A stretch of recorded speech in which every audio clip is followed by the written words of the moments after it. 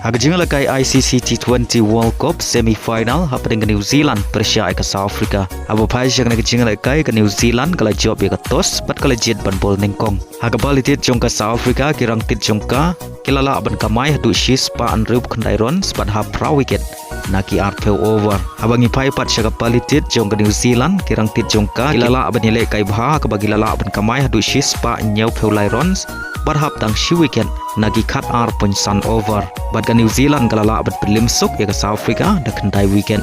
Bad hagan ke jing lekai Finn Allen nolala ban kamai ya ke spa runs.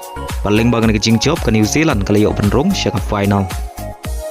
Hagajing lekai Italia Cup semi-final first leg happening ke Lazio Persia ke Atalanta. Hagan ke jing lekai pro art ligi ken hon kia kai damar argol har bukot ke jing lekai.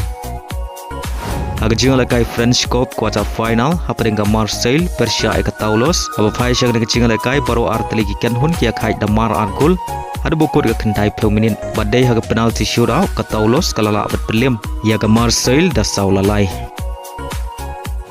Hagajing lekai Copa del Rey semi-final second leg happening ke Real Sociedad Persia ke Athletic Club. Hagajing lekai ke Real Sociedad kalau khur ke dam job hadin bagalala ban Pynliem ya ke Athletic Club da shigul lanot hagajing lekai bad ar lanot haga gol aggregate.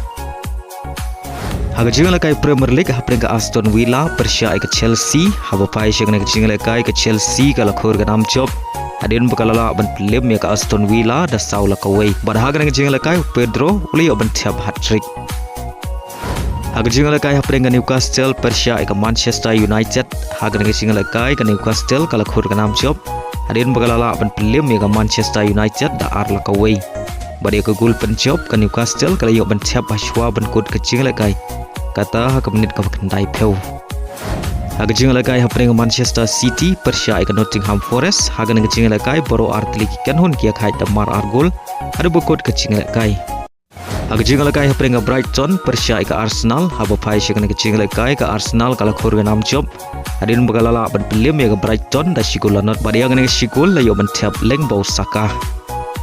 Hagajing lekai AFC Women Asian Cup happening ke Vietnam Persia ke India. Hagan ke jing lekai ki thai lekai jong ke Vietnam kila khur ke nam job hadin bagilala ban Pynliem ya ki thai lekai jong ke India da ar lakawai.